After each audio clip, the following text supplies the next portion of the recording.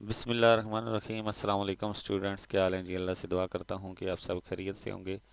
Students, आज का हमारा टॉपिक है general science 101, lecture number 14। Physics का भी लेक्चर नंबर 14 है और ये फ़िज़िक्स का हमारा लास्ट लेक्चर है। इसके बाद हम केमिस्ट्री स्टार्ट करेंगे। स्टूडेंट्स, लाइट का ये तीसरा लेक्चर है जिसमें हम फाइनल लाइट की बहुत सी एप्लीकेशन के बारे में डिस्कस करेंगे।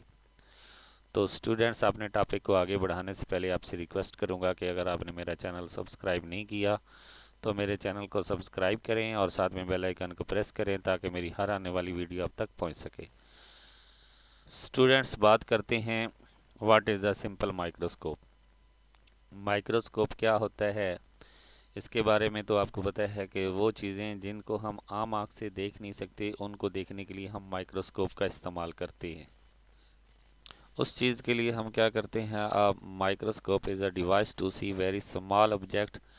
जो माइक्रोस्कोप होता है वो एक बहुत सी छोटी चीज़ों को देखने के लिए इस्तेमाल होता है। It usually consist of a number of a lens. ये इसमें बहुत ज़्यादा जो हैं वो लेंस इस्तेमाल होते हैं। How ever a simple microscope consist of only one lens. जो सिंपल माइक्रोस्कोप होता है उसमें सिर्फ एक ही लेंस मौजूद होता है। It is also common known as a magnifying glass. इसको हम मैग्नीफाइंग ग्लास भी कहते हैं। ठीक है। इसके बाद object is place between focal point and the principal axis. Principal axis और फोकल पॉइंट के दरमियान में ऑब्जेक्ट को रखा जाता है। ये हमारे पास फोकल पॉइंट है और ये हमारे पास फोकल पॉइंट है और ये प्रिंसिपल एक्सिस पॉइंट है। इनके दरमियान में हमने यहाँ पे ऑब्जेक्ट को रखा। ठीक है। इसके बाद क्या होता है जी, the light coming from the object O. जो ऑब्जेक्ट पड़ा है ओ, इससे लाइट क्या होती है, पैरेलल आती है लेंस की तरफ और आगे क्या हो जाती है, parallel to the principal axis passes through the focal point. फिर ये फोकल पॉइंट से गुजरती है। The ray of a light which passes through the optical centre does not refract. जो ऑप्टिकल सेंटर से गुजरती हैं वो रिफ्रैक्ट नहीं होती, ये हमने पहले भी पढ़ा हुआ है। When the lens two line join. जब दो लाइनिंग जो हैं वो लेंस की जॉइन करती हैं, जैसा कि ये लाइनें बैकवर्ड क्या हो रही हैं, जॉइन कर रही हैं, तो हम क्या कहते हैं, they meet at a point I. वो एक पॉइंट आई पे क्या करती हैं, मिलती हैं। तो इस तरह we tell us the location of a image. इस तरह हम बता सकते हैं कि इमेज की लोकेशन कहाँ पे है। From the figure we can see that it is vertically. ये एक वर्टिकली इमेज है, मैग्नीफाइड है एंड वर्चुअल, और वर्चुअल है। यानी कि इसे असल में तो ये राइट साइड पे बनना था लेकिन ये लेफ्ट साइड पे बन रही है, तो इसलिए ये वर्चुअल होगी। Because it's only can be seen through the lenses. ये सिर्फ लेंसेज के ज़रिए देखी जा सकती है, otherwise it does not exist. लेकिन इसके अलावा ये मौजूद नहीं है। तो ये हमारा जो सिंपल माइक्रोस्कोप था उसके बारे में चंद बातें थी। आगे हम चलते हैं, कुछ क्वेश्चन है हमारे पास। Can we use lens to increase the intensity of a light. तो वो कह रहा है कि क्या हम लाइट की इंटेंसिटी को इंक्रीज करने के लिए लेंस यूज़ कर सकते हैं। एक और क्वेश्चन है, if so what type of a lens will be used for this purpose. वो कहता है कि अगर ऐसा है तो कौन सा लेंस हम यूज़ करेंगे। तो इसका आंसर है yes, as a lens have two property to converge light rays. जो लेंस की एक प्रॉपर्टी है कि वो लाइट को कन्वर्ज कर सकता है। Therefore they can be use to increase the intensity of a light at a point. इसलिए हम उसको इंटेंसिटी ऑफ अ लाइट को इंक्रीज करने के लिए इस्तेमाल कर सकते हैं और इस काम के लिए कन्वर्जिंग लेंस यानी कि कन्वेक्स लेंस जो होता है वो इस्तेमाल किया जाता है। ये आपका भी क्वेश्चन आ सकता है, आप इसको तैयार कर लें। इसके बाद एक और क्वेश्चन है, you are unable to visual see the corner of a lens if they are a thickness are a thin. वो कह रहे हैं कि आप उसके कार्नल को नहीं देख सकते या कार्नर में से नहीं देख सकते जब वो बहुत मोटा होता है या बहुत बारीक होता है। How can you find what type of a lens it is it. आप कैसे बता सकते हैं कि ये कौन सा लेंस है। Even when we can not visually see the edge, जब हम उसकी एज को नहीं देख सकते। और if it is a thin lens, अगर ये थिन लेंस हो, and we can not for sure say if it is a convex और अ कनकेव लेंस, और हम ये श्योर नहीं कर सकते कि ये कन्वेक्स लेंस है या कनकेव लेंस है, we can always determine if it is converging और डाइवर्जिंग। हम ये देखेंगे कि वो कौन सा है, कन्वर्जिंग लेंस है या डाइवर्जिंग लेंस है। तो इस तरह हम उसके बारे में जो है वो डिस्कस कर सकते हैं।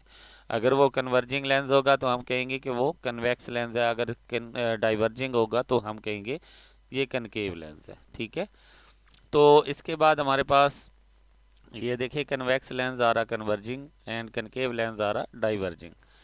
फिर हमें एक प्रॉब्लम दी गई है, वो कह रहे हैं कि an object is 3.0 centimetre high, एक ऑब्जेक्ट की हाइट जो है वो 3.0 सेंटीमीटर है, और उसका जो लेंस से डिस्टेंस है वो 15 सेंटीमीटर है, और कन्वेक्स लेंस यूज़ किया जा रहा है, और उसकी फोकल लेंथ 10 सेंटीमीटर है।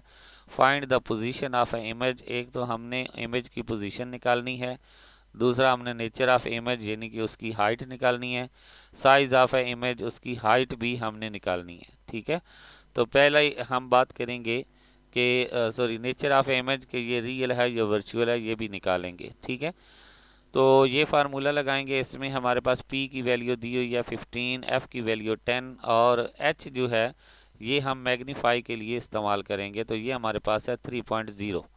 ठीक है, तो यहाँ पे हम पहले p और f की वैल्यू पुट करेंगे तो q की वैल्यू निकालेंगे, तो ये हमारे पास आ जाएगी 30 सेंटीमीटर। ठीक है, इसका मतलब इमेज जो है वो लेंस से बहुत दूर पड़ी है, बनी है, 30 सेंटीमीटर दूर बनी है।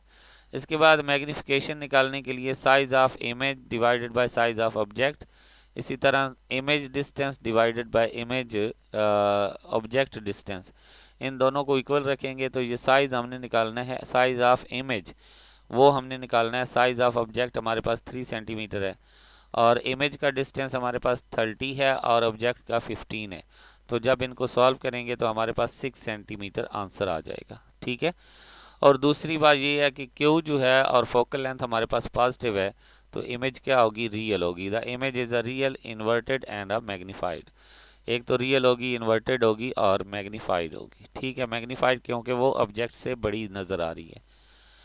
इसके बाद एक और प्रॉब्लम है हमारे पास, an object 3 centimetre high place 5 centimetre, उसका डिस्टेंस जो है वो 5 सेंटीमीटर। अब हम कन्वेक्स लेंस, वो भी हमारे पास कन्वेक्स लेंस था, ये भी कन्वेक्स लेंस है, इसको हम यूज़ कर रहे हैं, तो यहाँ पे भी हमने सिंपली वही जो है वो निकालनी है।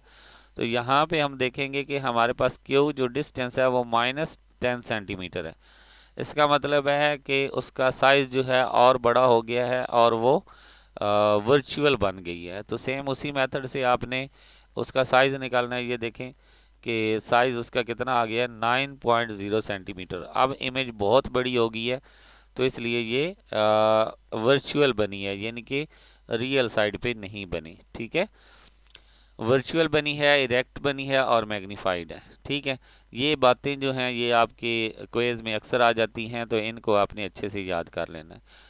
इसके बाद हम बात करेंगे कि the human eyes, human eyes के बारे में डिस्कस करेंगे कि ह्यूमन आई क्या होती है, उसमें से हम किस तरह देख सकते हैं। ठीक है, I just behave pin hole camera, जो आई होती है, इंसान की आंख होती है, वो सिर्फ पिन होल कैमरा की तरह काम करती है। The part of eye we are concerned with are, जिनमें हम ये पार्ट डिस्कस करना चाहते हैं उनमें है आई लेंस, एक आई लेंस होता है, एक आई बॉल होता है और एक रेटिना होता है, जिनके ज़रिए इमेज बनती है। This is because we are only looking at a optical defect of a eye and their resolution.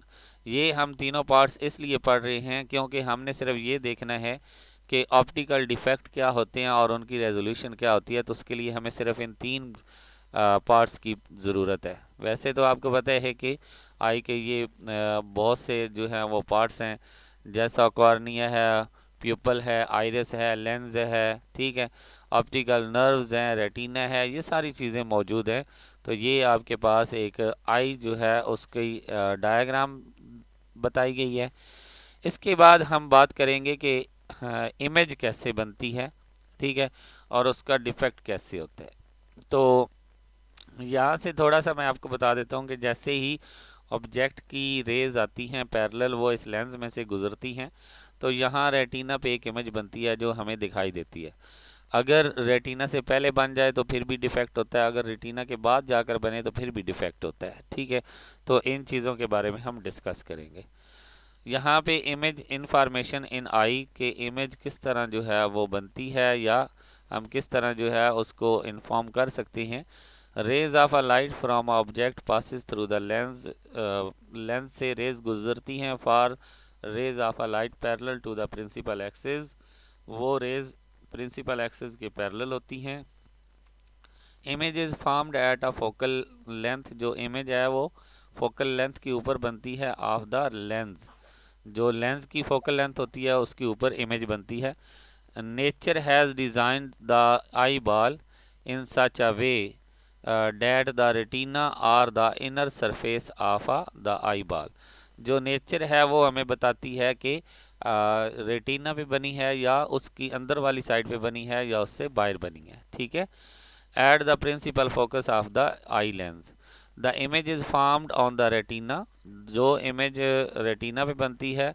The nerve cells connected to the retina, ये नर्व सेल जो होते हैं ये रेटिना के साथ कनेक्ट होते हैं और ये फिर क्या करते हैं, carries message to the brain, और ये ब्रेन को मैसेज देते हैं कि ये चीज़ हमें नज़र आ रही है, ठीक है। इसके बाद डिफेक्ट क्या होता है, if the image is formed on the retina the eye is working properly and the person can see object clearly, जब इमेज रेटिना पे बनती है तो इंसान को अच्छे से नज़र आता है और उसकी आंख अच्छे से काम कर रही होती है। Under certain circumstance the image is not formed on retina, अगर इमेज रेटिना पे ना बने, instead it is formed either in front of a retina और बिहाइंड इट, अगर वो रेटिना से पहले बन जाए या रेटिना के बाद जाकर बने, in both situation the person is unable to see object, इन दोनों सिचुएशन में इंसान को दिखाई नहीं देता। And the eye said to be defected, और इसको हम कहते हैं आई में डिफेक्ट है, ठीक है।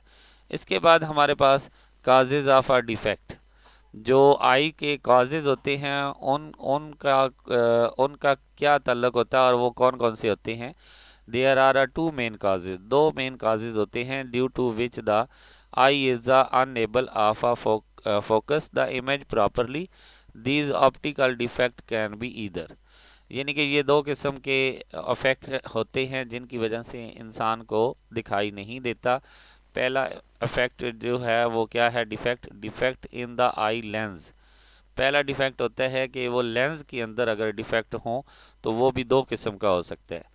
The defect in eye lens are of a two basic type, इसकी दो टाइप्स होती हैं। पहली बात है कि अगर लेंस जो है thickness of a lens increase, अगर उसकी जो थिकनेस है वो इंक्रीज हो जाए यानी कि ज़्यादा मोटा हो जाए, and is more than normal, और ये नॉर्मल से बड़ा हो जाए, ठीक है।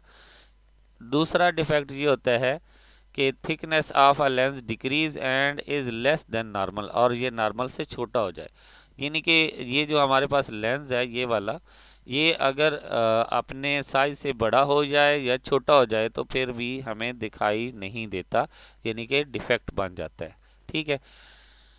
With the variation in the thickness of a lens, the principal focus, the point at which the image is formed, changed.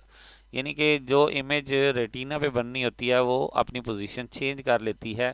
Hence the image is not formed on the retina and the object cannot be seen clearly. अगर वो retina पे नहीं बनी तो उससे हमें क्या होता है, क्लियरली नज़र नहीं आता।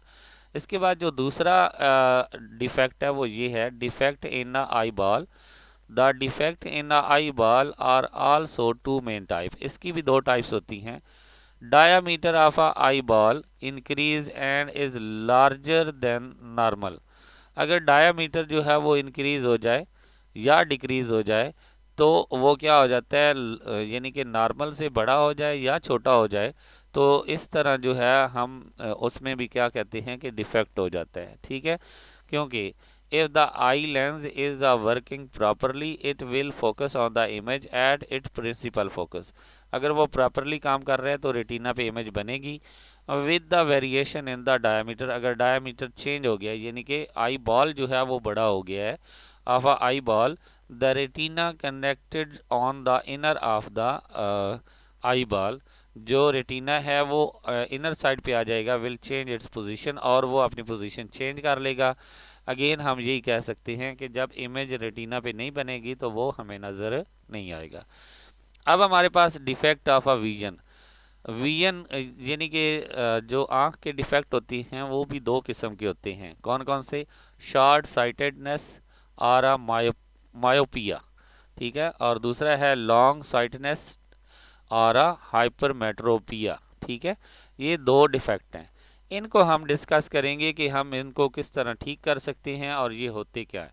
तो पहले हम बात करेंगे शॉर्ट साइटेडनेस। तो ये हमारे पास है, it is a type of a defect in which near object can be seen clearly. ये हमें करीब की चीज़ें जो हैं वो अच्छे से नज़र आती हैं, and distant object can not be seen clearly, और जो दूर की चीज़ें होती हैं वो हमें अच्छे से नज़र नहीं आती।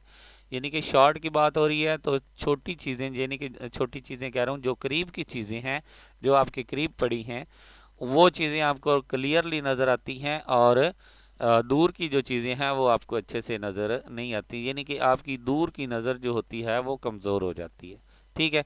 और इसकी रीज़न भी जैसे हमने ऊपर दो डिफेक्ट पढ़े हैं तो उनमें से एक रीज़न हो सकती है, पहली रीज़न ये हो सकती है कि increase in the thickness of a lens, जो थिकनेस है वो इंक्रीज हो जाए, जैसा कि आपको ये डायग्राम में दिखाया जा रहा है। तो पहले ये नॉर्मल था तो रेटिना के ऊपर इमेज बन रही है, लेकिन यहाँ पे इंक्रीज थिकनेस हो गई है तो इमेज जो है वो रेटिना से पहले बन जाएगी, ठीक है। तो इस तरह वो चीज़ आपको नज़र नहीं आएगी, ठीक है। In such a situation the focal length of the lens decrease and the principal focus is in the front of a retina instead of being the retina, the size of a eyeball is same, ठीक है। जब जो है हम कह सकते हैं कि decrease the length of lens, वो डिक्रीज हो जाती है। ज़ाहिर सी बात है कि जब थिकनेस बड़ी हो जाती है तो उसकी लेंथ तो छोटी ही हो जाएगी, ठीक है। तो इस तरह जो है वो रेटिना पे इमेज नहीं बनती। दूसरी प्रॉब्लम ये हो सकती है कि diameter of eye ball has increase, जब डायामीटर जो है वो आई बॉल का बढ़ जाता है, in such a situation the size of a ball increase and the retina move backward. तो जब बाल का साइज बढ़ जाता है तो रेटिना खुद ब खुद पीछे मूव कर जाता है, पहले यहाँ पे था अब रेटिना पीछे चला गया है। तो इस तरह जो है वो इमेज जो है वो रेटिना से पहले बन जाती है, जिसकी वजह से क्या होता है जी, हमें दिखाई नहीं देता। इसके बाद इसकी कुरेक्शन क्या की जाती है? कुरेक्शन के लिए हम क्या करते हैं जी, if spectacles with the concave यानी कि डाइवर्जिंग लेंस, हम इसके लिए डाइवर्जिंग लेंस का इस्तेमाल करते हैं।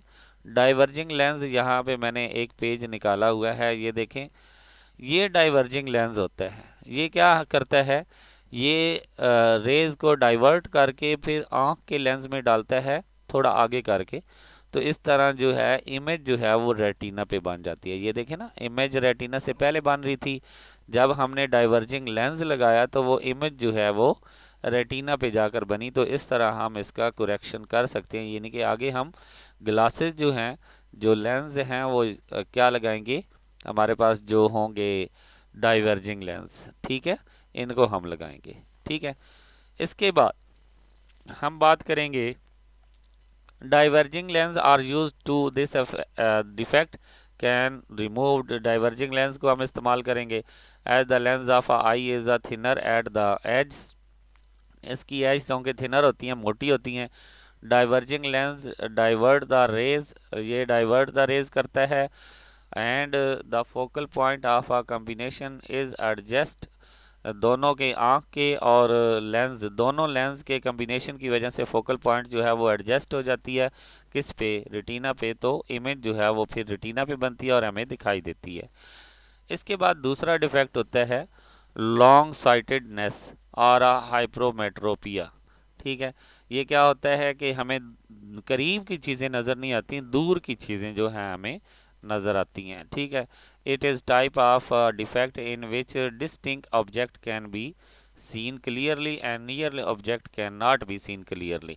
यानी कि दूर की चीज़ें हमें अच्छे से नज़र आती हैं लेकिन करीब पड़ी हुई चीज़ें हमें अच्छे से नज़र नहीं आती, यानी कि हमारी करीब की नज़र जो होती है वो कमज़ोर होती है। ठीक है, इसकी भी दो रीज़न हो सकती हैं। Decrease in the thickness of a lens, इसकी लेंस जो है वो लेंस की जो थिकनेस है वो डिक्रीज हो जाए, यानी कि और बारीक हो जाए। This increase the focal length of a lens and principal focus, इससे क्या होता है कि फोकल लेंथ जो होती है वो इंक्रीज हो जाती है। शिफ्टेड द रेटिना, रेटिना जो है वो पीछे शिफ्ट हो जाता है। ठीक है, जिसकी वजह से हमें चीज़ नज़र नहीं आती। ठीक है, तो हम उस चीज़ को थोड़ा अपने से दूर करके देखते हैं तो हमें क्लियरली नज़र आती है। ठीक है, दूसरा इसका इफेक्ट हो सकता है कि डायामीटर जो है बॉल का वो डिक्रीज हो जाए। The focal point of a lens do not change but the eye ball shrink move the retina forward. जब ये डिक्रीज हो जाता है तो रेटिना जो है वो फॉरवर्ड मूव हो जाता है। The image is formed behind the retina, तो इस तरह जो है इमेज पीछे बनती है रेटिना से और वो हमें नज़र नहीं आती। ठीक है, तो यहाँ पे हम बात करेंगे कि इसकी करेक्शन हम कैसे करेंगे। इसकी करेक्शन के लिए हम कन्वेक्स यानी कि कन्वर्जिंग लेंस का इस्तेमाल करेंगे और उसके लिए हमने डाइवर्जिंग लेंस का इस्तेमाल किया था। इसमें कन्वर्जिंग लेंस का जब हम इस्तेमाल करेंगे, यहाँ पे मैं आपको दिखा देता हूँ, ये देखें, ये कन्वर्जिंग लेंस का इस्तेमाल है। जैसे ही रेज आएंगी तो ये पहले ही उनको कन्वर्ज कर देगा और आगे दूसरे लेंस में जाएगी तो फिर और कन्वर्ज हो जाएंगी, तो इस तरह ये रेटिना पे आकर इनकी इमेज बन जाएगी। ठीक है, तो यही हमारे पास करेक्शन थी। यहाँ पे हम बात कर रहे हैं कि convex lens move the rays of a light toward the bottom of the lens, decrease the focal length, ये फोकल लेंथ को डिक्रीज करता है। The focal length of a lens use is adjust in such a way that the image is formed on the retina. इस तरह image जो है वो retina पे बन जाती है जब हम उसकी फोकल लेंथ को कम कर देते हैं। इसके बाद हमारे पास टॉपिक है जी power of a lens. Lens की पावर की बात करेंगे तो सिंपल सा क्वेश्चन है, reciprocal of a focal lens of a lens used is the called power. अगर हम फोकल लेंथ के जो रेसिप्रोकल ले लें तो उस वो हमारे पास पावर बन जाती है। और पावर का फार्मूला होता है P is equal to 1/f और इसका यूनिट होता है पर मीटर और उसको हम डायोप्टर भी कहते हैं। ठीक है, इसके बाद हमारे पास significance of a power of a lens, जो सिग्निफिकेंस होती है पावर ऑफ लेंस की वो क्या होती है। The power of lens can be positive और नेगेटिव, पॉजिटिव भी हो सकती है नेगेटिव भी हो सकती है। And give use information about the type of a lens used, और ये हमें टाइप ऑफ अ लेंस की भी जो है वो बात बताती है। As focal length of a concave lens is a negative, so the power of a such lens will be negative. अगर कनकेव लेंस की फोकल लेंथ नेगेटिव है तो इसकी पावर भी नेगेटिव होगी। As the power of a lens is inversely related to its focal length. यहाँ पे हमें पता चल रहा है कि पावर जो है वो इन्वर्सली प्रोपोर्शनल है। तो अगर हम फोकल लेंथ बढ़ाएंगे तो पावर कम होगी, अगर फोकल लेंथ कम होगी तो पावर ज़्यादा हो जाएगी। ठीक है, तो वही बात यहाँ पे बता रहा है कि smaller the focal length greater will be the power of a lens.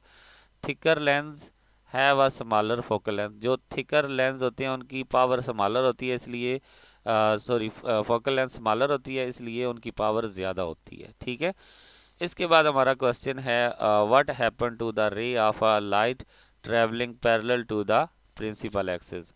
तो जब लाइट पैरेलल आती हैं तो क्या इफेक्ट होता है प्रिंसिपल एक्सिस पे। तो अगर वो कन्वेक्स लेंस है तो डाइवर्जिंग हो जाएंगी, अगर वो कनकेव लेंस है तो सॉरी कन्वेक्स लेंस है तो कन्वर्जिंग हो जाएंगी, अगर कनकेव लेंस है तो डाइवर्जिंग हो जाएंगी। बस यही इसका आंसर है। तो यहाँ पे लिखा हुआ है, मैं एक बार रीड करके आपको सुना देता हूँ। The ray of a light traveling parallel to the principal axis and fall on the lens. If the lens is a converging lens, it meet on the focal point.